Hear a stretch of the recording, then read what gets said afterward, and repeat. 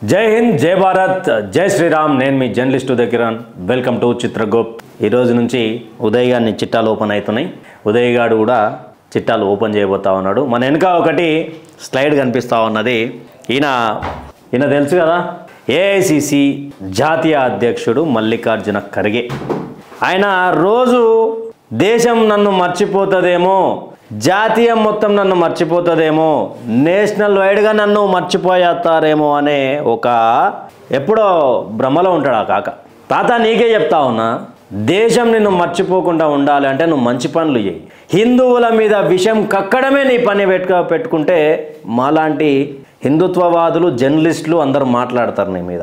ఈయన ఏం మాట్లాడాడంటే, జై బాపు, జై భీమ్, జై సంవిధాన్ అనే ఒక ర్యాలీలో పాల్గొని, ఇక్కడ మీకు కనిపిస్తూ ఉంది, మోడీ, అమిత్ షా ఖచ్చితంగా నరకానికే పోతారు, మల్లికార్జున ఖర్గే ఎందుకు నరకానికి పోతారు అనేది మాట్లాడుకుంటే ముందు ఎప్పుడు మీడియాలో కనిపించాలి, ఎప్పుడు ఏదో విధంగా నేను పబ్లిక్లో ఉండాలి, నన్ను రాహుల్ గాంధీ, సోనియా గాంధీ మర్చిపోతారేమో, నాకు ఇంత పదవి వచ్చింది కదా అనే మాటలు వస్తాయేమో అని చెప్పి ఏదో ఒకటి రాహుల్ గాంధీకి సంబంధించినటువంటి ఎవరైతే కంటెంట్ రైటర్లు ఉంటారో వాళ్ళు ఇచ్చినటువంటి మాటలను పట్టుకొని తాత హిందువుల మీద, హిందూ మనోభావాల మీద, దేశ ప్రధాని మీద, దేశ హోంశాఖ మంత్రి వర్యుల మీద చేసినటువంటి వాక్యాలు ఏం మాట్లాడుతూ ఉన్నారు అంటే, అసలు ఏం మాట్లాడండి, ఏం చెప్పిండంటే ఒకసారి చూడొచ్చు. పుష్కరాలలో భాగంగా గంగా త్రివేణి సంగమంలో స్నానాలు చేస్తే దేశంలోని పేదరికం అంతమవుతుందా అంటూ బీజేపీ నేతలను సూటిగా ప్రశ్నించారు ఏఐసిసి చీఫ్ మల్లికార్జున ఖర్గే. గంగా త్రివేణి సంగమంలో నదులలో స్నానం చేస్తే పేదరికం పోతుందా అని అడిగినటువంటి తాత, 70 సంవత్సరాల పరిపాలన చేసినటువంటి నీ కాంగ్రెస్ పార్టీ ఎందుకని పేదరికాన్ని పోగొట్టలేకపోయింది? ఎందుకని కాంగ్రెస్ పార్టీలోనే పేదరికం గురించి మాట్లాడుకుందాం. ఎప్పుడు రాహుల్ గాంధీకి సంబంధించినటువంటి నిర్ణయాలే ఉండాలా నీ కాంగ్రెస్ పార్టీలా? అంటే కింద ఉన్నటువంటి నాయకుల మాటలందరూ మీ కింద బానిసలా? ఈసారి ఎందుకు నిర్ణయించుకున్నారు అది కూడా నీకు తెలుసు. 70 సంవత్సరాల పరిపాలనలా, స్వాతంత్రం వచ్చినప్పటి నుంచి మీరే కదా పరిపాలన చేసింది. మరి గంగా త్రివేణి అనే ఒక దాంట్లో హిందువుల నమ్మకం 144 సంవత్సరాల తర్వాత వచ్చింది మహాకుంభమేళా, మేము స్నానాలు చేస్తే మోక్షం జరుగుతుందేమో అన్న నమ్మకాన్ని ఎలాగూ నువ్వు నమ్మవు. నమ్మేటోళ్ళ మీద బురద చల్లే ప్రయత్నం ఎందుకు చేస్తూ ఉన్నావు? అదే పేదరికం అంటే సరే, 70 సంవత్సరాల కాలంలో ఏం జరిగింది నీకు తెలుసా అని కామెంట్ చేసేటోళ్లకు నేను అడుగుతా ఉన్నా, మీకు తెలిస్తే మీరు కామెంట్ చేయరు. 70 సంవత్సరాల పేదరికం ఎందుకు నిర్మూలన జరగలేదు? తర్వాత ఇంకోటి మాట్లాడినట్టే, కేంద్ర హోంశాఖ మంత్రి అమిత్ షా, యూపీ సీఎం యోగి ఆదిత్యనాథ్ కుంభమేళలో పవిత్ర స్నానాలు ఆచరించడానికి కౌంటర్గా ఖర్గే విమర్శలు గుప్పించారు. సోమవారం జనవరి 27 మధ్యప్రదేశ్లోని మౌలో జై బాపు, జై భీమ్, జై సంవిధాన్ ర్యాలీలో పాల్గొని ఖర్గే మాట్లాడారు.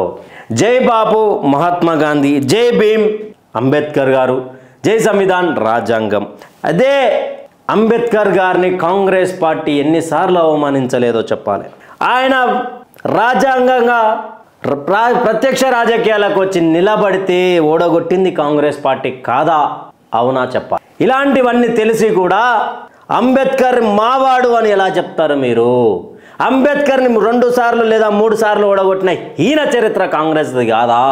హిందువుల మీద విషం కక్కడమే కాకుండా ఎవరైతే రాజకీయ నాయకునిగా ఆనాడు పైకొస్తాడో, మమ్మల్ని కాదంటాడో, మమ్మల్ని కాలితో తంతాడో అన్నటువంటి అంబేద్కర్ గారిని కావచ్చు, అంబేద్కర్ గారిని ముఖము చూడలేక తల దించుకొని ఆనాడే కొన్ని డిఫరెన్సెస్ చూపించినటువంటి పార్టీ కాంగ్రెస్ కాదా?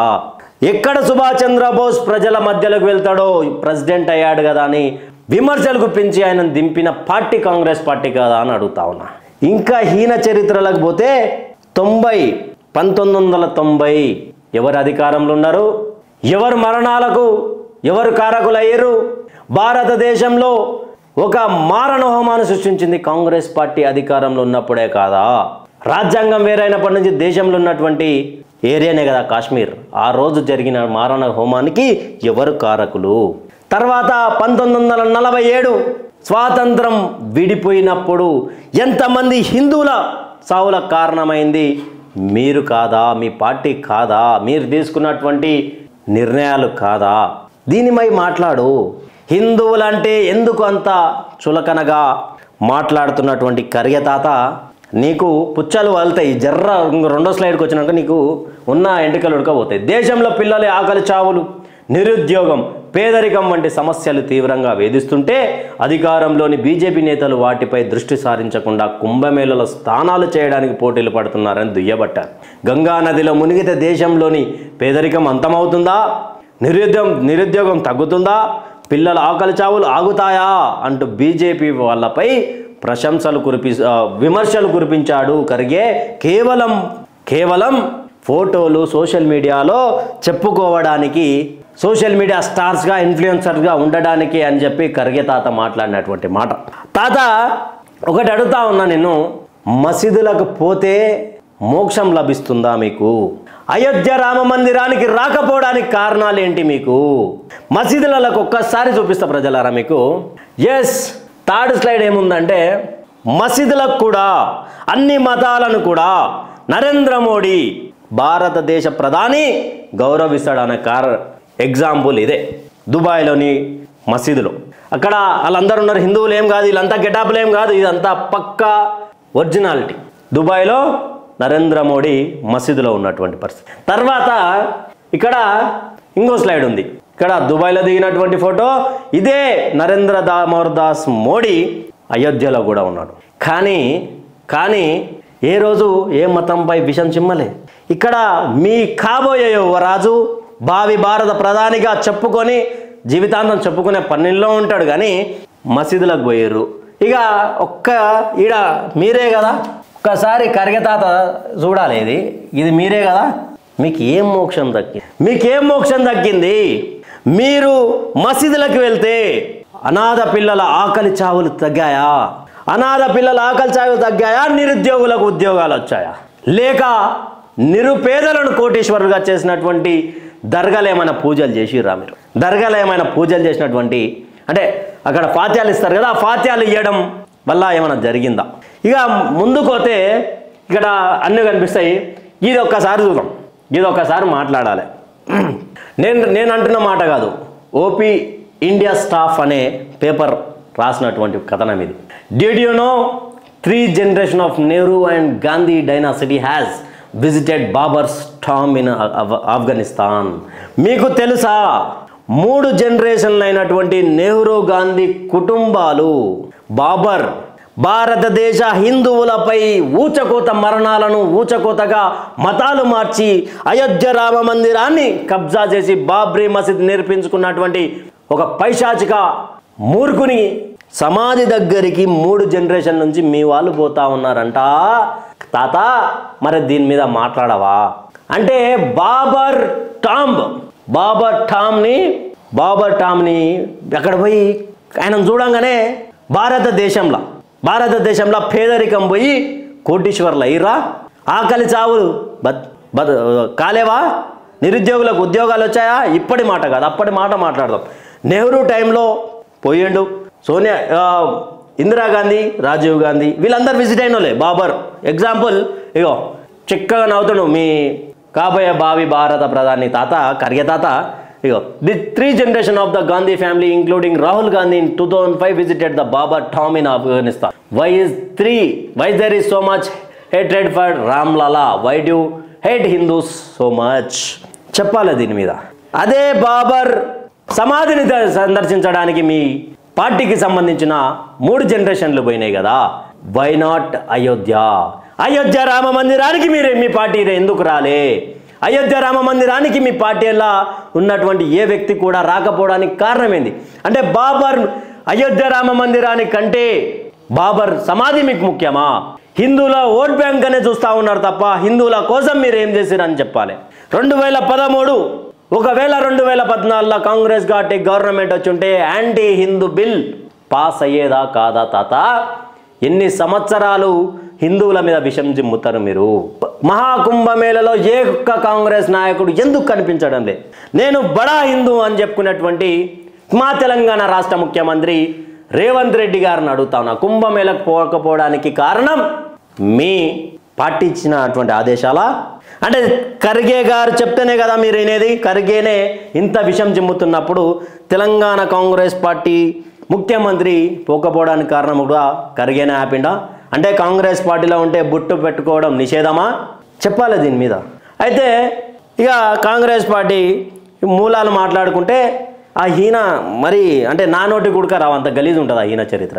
ఎవరిని పెళ్లి చేసుకుర్రు, ఎక్కడి నుంచి ఏం పేర్లు మార్చిర్రు, మళ్ళీ హిందువుల మా సిగ్గులేని హిందువులు ఉన్నారు కదా, ఈ సిగ్గులేని హిందువులను ఎట్లా మళ్ళీ ట్రాప్ చేయాలి, హిందువులను ఎట్లా ట్రాప్ చేయాలి, హిందువులను ఓట్ బ్యాంక్ ఎట్లా మార్చుకోవాలి. అరే నాయన హిందువులకు మోసం జరుగుతుందిరా అయ్యా అంటే మా కాంగ్రెస్ పార్టీ మీద నువ్వు విమర్శిస్తున్నావు రా, నువ్వు వేరే పార్టీ ఉన్నవి. అరే పార్టీ ఆధారాలు వచ్చాయా? హిందువులకు మనోభావాల మీద దెబ్బ కొడుతురు కాంగ్రెస్ పార్టీ, అది తెలుసుకోరు.